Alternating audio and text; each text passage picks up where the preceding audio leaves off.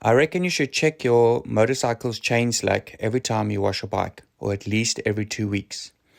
If your chain is too loose, you risk it falling off, or it could even cause an accident by bundling up in your rear wheel. If your chain is too tight, then you add extra wear and tear on your sprockets and maybe even your gearbox. When you're checking your chain slack, make sure you're on a level surface and your motorcycle's in neutral.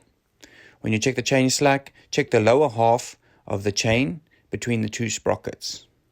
Every motorcycle is different, so check your manual or on the bike for a sticker that will let you know what your chain slack should be.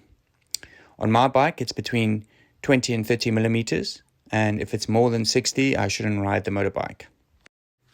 What you want to do first is loosen the rear axle nut.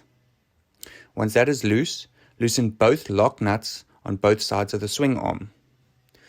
Turn both adjusting nuts an equal number of turns until the correct drive chain slack is obtained.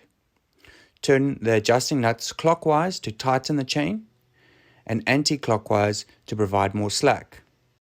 Check your chain slack again. Remember to check the chain slack at the midpoint between the front sprocket and the rear sprocket. Check the rear axle alignment by making sure the chain adjuster index marks align with the front edge of the adjusting slots.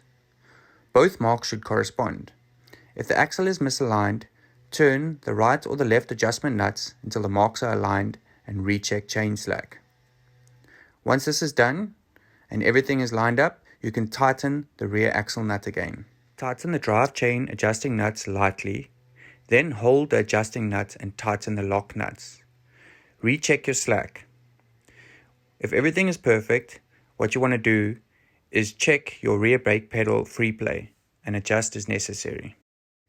This information helped me a lot when I needed to adjust my chain slack. I hope it helps you too.